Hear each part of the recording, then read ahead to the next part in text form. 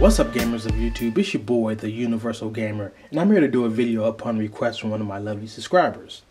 It's a video showing you guys my PS Vita games, not just showing you guys my games, but really giving you guys recommendations and games I like. I'll be doing this video similar to my old video, one of my first videos I put up on YouTube, where I was going through my 360 game collection and giving a grade score, A, B, C, or D, or A plus, or B minus, stuff like that. I like giving grade scores because it really gives you guys an understanding of how good something is instead of giving it a number. So with that said, let's go ahead and dig through. First, I'm going to do my hard copies and stuff like that. And then I'll be moving over to the PS Vita and give you guys my digital copies. So enjoy the video. First game, Killzone Mercenaries, the best PS Vita handheld shooter of all time so far. I don't think there's no first-person shooter that's going to come close to this game at all. When it comes to handheld gaming and stuff, as far as graphics, as far as the online play feeling like an actual console game, as far as the story feeling like an actual console game. So with that said, this game looks lovely. This game gets an A++. Resistance Burning Skies, one of the most underrated games on the PS Vita. Though it doesn't have as much dynamic lighting and shadows and smoke effects as Killzone Mercenaries, this game is still a very, very, very good game. I liked it. I played all the Resistance games, Resistance 1, 2, and 3. I like this game. I even played the ones on the PSP or whatever. Actually, no, I didn't play the ones on the PSP. I didn't get a chance to play that one. I wanted to play that one. This game gets an A. Little Deviants. One of the launch titles and stuff, just something to test, what the PS Vita can do, more or less. It allows you to, it shows the capabilities of the touchscreen, touchpad, and stuff like that. And it's a real cool game just to mess around with, to see what the PS Vita can do, and it looks real good on the OLED screen. So with that said, this game gets a B-. I played the Little Big Planet game on the PS3. I got Little Big Planet 2, but I haven't really dug deep inside that game. I started playing a little bit of Little Big Planet karting. I also played some of the PSP Little Big Planet. All the Little Big Planet games are real fun. When you first look at it, like I said before, it looks like a little kid's game. But the more and more you play it, the more and more it's real fun. It's one of those games where you just put on, you want to play a platformer, you want to just have fun and stuff like that.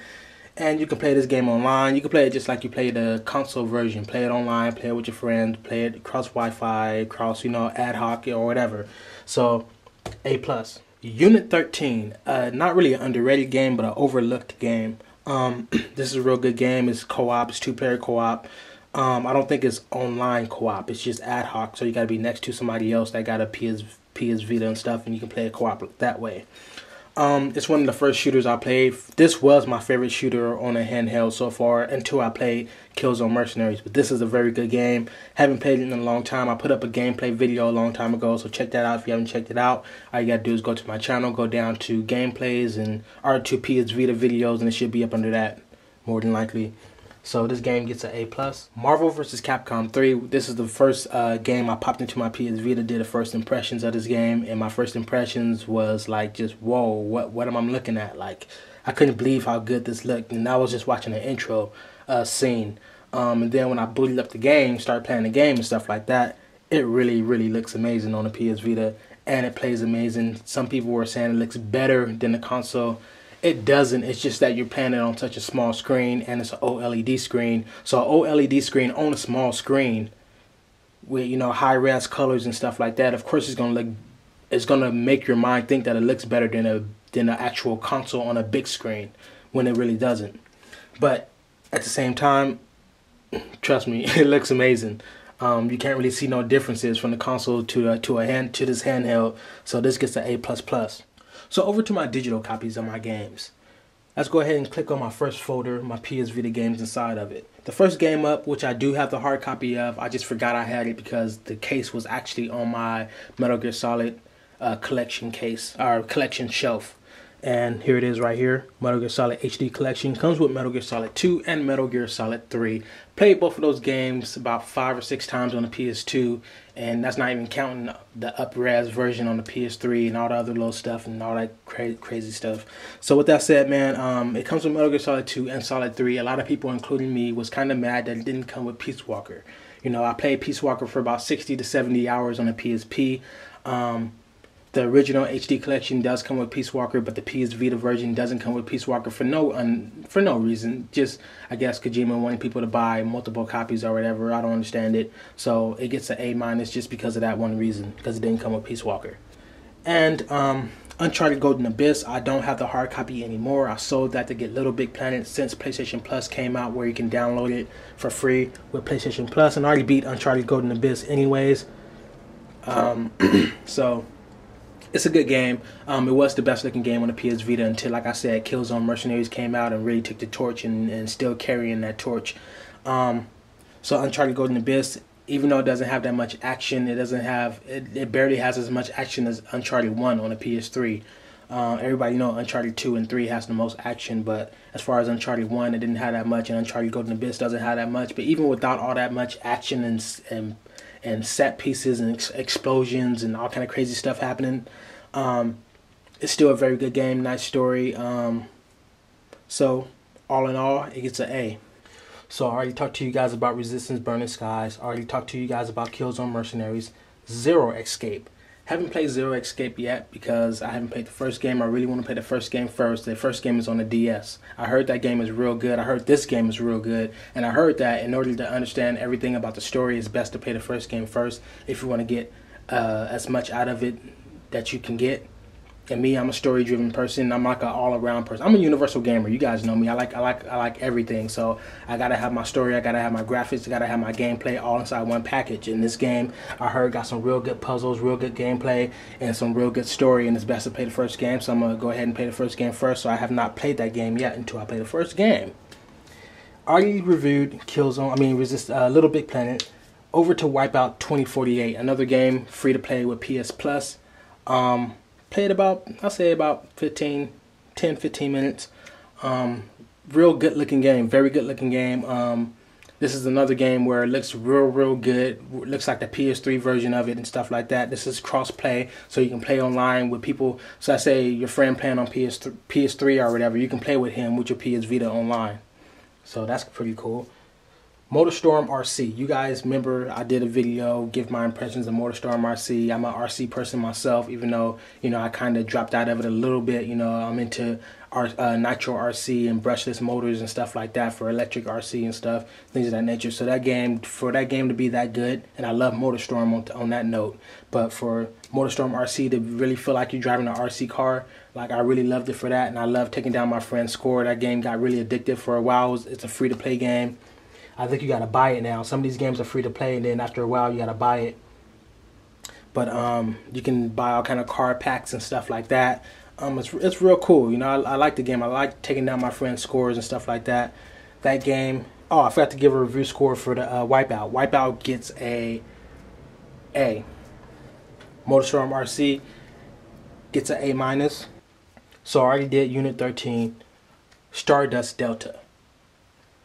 A lot of people play Stardust HD on the PS3. Real good game. I love how that game looks in 3D. One of the best 3D games on the PS3, just because of how it looks. The way those little different rocks and stuff pop out of the screen. Like it, people say 3D is a gimmick, but gimmick or not, this shit looks amazing. But Stardust Delta, I think it's overrated on the PS Vita, even though it looks and it plays amazing on the PS Vita. I think it's overrated. I heard a lot of people say it's still to this day the best PS Vita game. Like what classifies it as the best PS Vita game? I don't understand it. It's a real good game. It looks as like I said about Marvel vs. Capcom 3.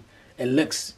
Some people will argue that it looks better than a console game because it looks that good. But like, how is it the best PS Vita game when all you're doing is it's an arcade style game? Which I'm not saying arcade games suck, but it's not the best PS Vita game. You know, people saying, oh, the only game I've been playing lately is Stardust Delta because there ain't no other PS Vita games to play.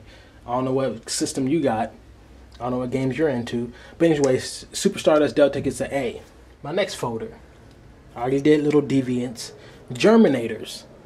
I'm a guy that really loves Peggle. Germinators is another type of, you know, it has that Peggle feel and, what's that? I forgot that other game that it kind of feels like, but it does stuff in its own unique way, and it's a real good game.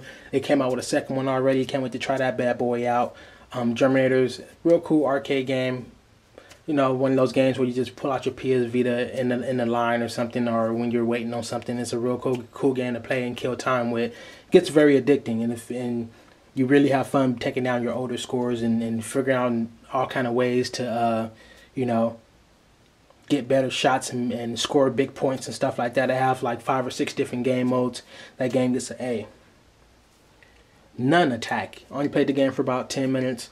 I see the potential. At first I didn't like it because you couldn't use the analog sticks to move your characters around. But after I played it for like the first, I only played it, like I said, for 10 minutes. But after playing it for that 10 minutes, I start seeing it open up and start getting like that RPG element to it.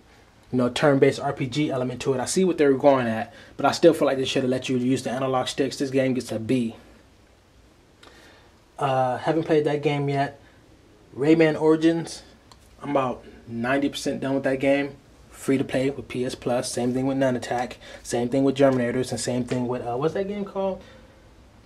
Machinery or something like that. Machinery, whatever. How the hell you say that damn game?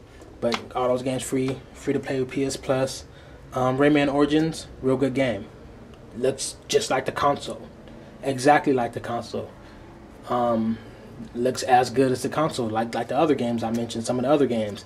Real good looking game on the PS Vita. I think it's those type of games should be made for the PS Vita. Like, you can play that game and you wouldn't want to play it on nothing else after you play it on the PS Vita. Real good game. That game gets a A++. Sin Mora. Only played the demo on the PS3. Haven't played it on the PS Vita yet. I don't think I have. Did I? I think I did play some of that on the, yeah, I played some of that on the PS Vita. From what I played so far, a real good game. I'm trying to remember if I did play it or not. I remember I did play some of it. It's a real cool game. I can't really refresh my memory of exactly what it's about, but I know it's a real good game. And I had stopped playing it because I wanted to finish some stuff. I just popped it on real fast to see how it is. That game gets a A for right now. It may drop, it may come up, or it may come down. These are my PSP games. I think that's pretty much it. PS Mini games, I can't really review none of those.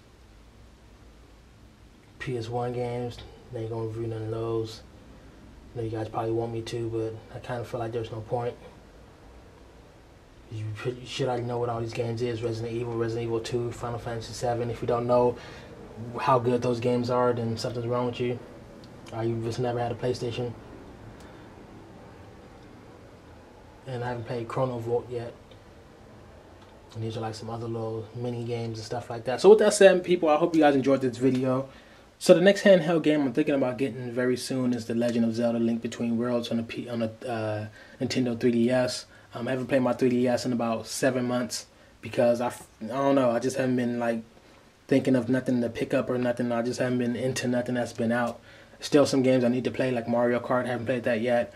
Star Fox, haven't played that yet, and some other games I've been wanting to play on the on the 3DS. As far as PS Vita, I don't think there's any games on the horizon that's really got me interested. Speaking of Nintendo 3DS, I will be doing the same thing for my 3DS, giving you guys some games that I like for it and review scores and stuff like that, and what I think of it so far. And yeah. And to sum this video all up, if you haven't seen my PS Vita review, go check that out inside my channel on my PS Vita videos playlist. I did an in-depth review of the PS Vita a long time ago. The PS Vita is a very hefty piece of hardware. It's very good. There's nothing slacking inside of it whatsoever. The analog sticks still work real good. The rubber haven't worn out at all, period. It's standing the test of time as far as what it can do and what it is, and the hardware.